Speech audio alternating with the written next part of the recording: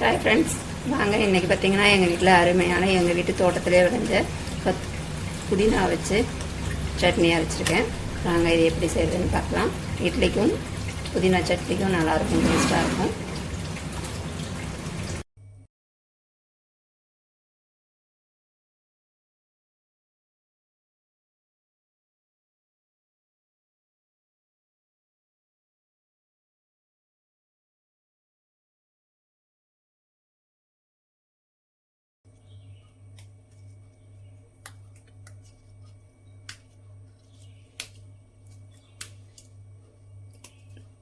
Hi friends, பாருங்கள் எங்கள் வீட்டு தோட்டத்தில் விளைஞ்சிருக்கு பாருங்கள் புதினா.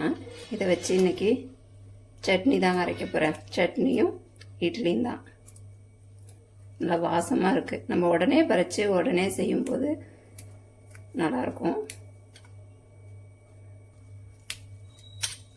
பாருங்கள் எவ்வளோ அழகாக இருக்குது. இந்தமாரி கடையில் வாங்கிட்டு வந்து நான் கிள்ளிட்டு இப்படி கொண்டு நட்டு வச்சது தாங்க இது. அவ்வளோது கடந்து கிடக்கு.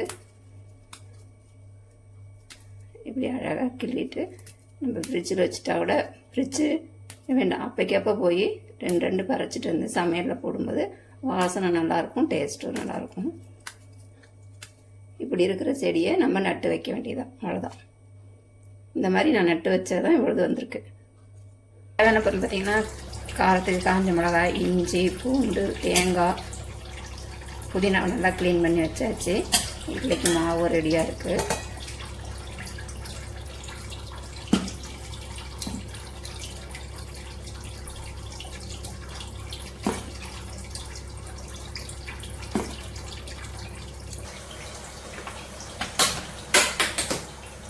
நம்ம புதினா வதக்க எண்ணெய் சேர்த்துக்கலாம்.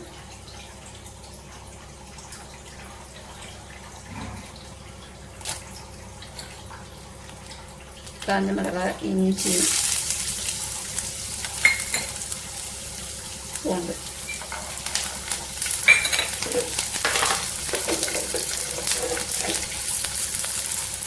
உளுந்து கொஞ்சம் சேர்த்துக்கலாம்.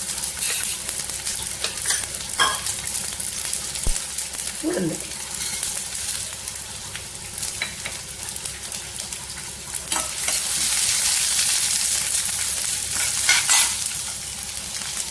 நம்ம க்ளீன் பண்ணி வச்சுருக்க புதினாவை இது கூட சேர்த்துக்கணும்.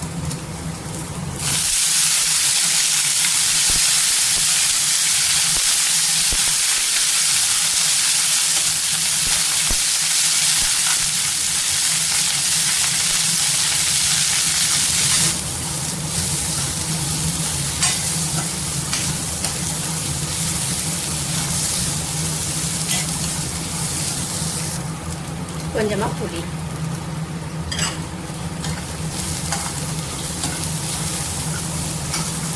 அவ்வளோதாங்க. இதை ஆற விட்டு நம்ம சட்னியை அரைச்சிக்கலாம்.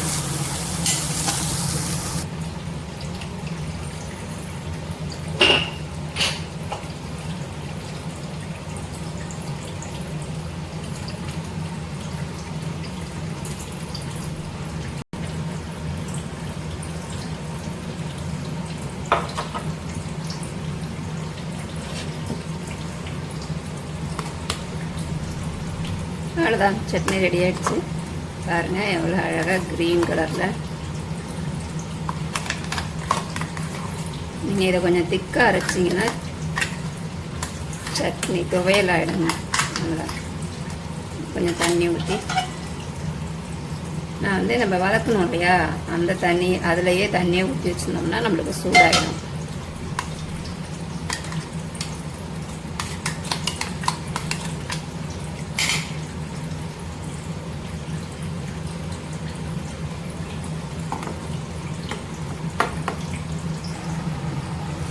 நம்ம தாளிப்புக்கு கடுகு, உளுத்தம்பருப்பு,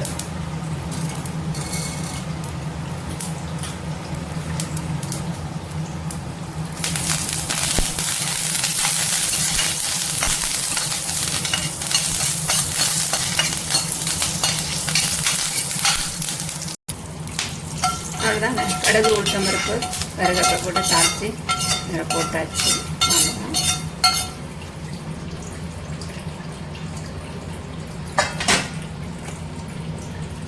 அவ்வளோதான், நம்ம ஊற்றின வீட்லேயும் வந்துடுச்சு.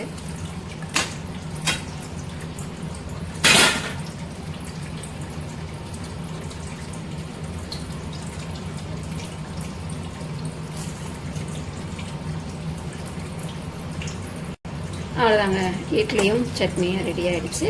வீடியோ பிடிச்சிருந்தா லைக் பண்ணுங்கள், ஷேர் பண்ணுங்கள், கமெண்ட் பண்ணுங்கள், மறக்காமல் சப்ஸ்கிரைப் பண்ணுங்கள். இன்னொரு வீடியோவில் சந்திப்போம். டாடா பாய்.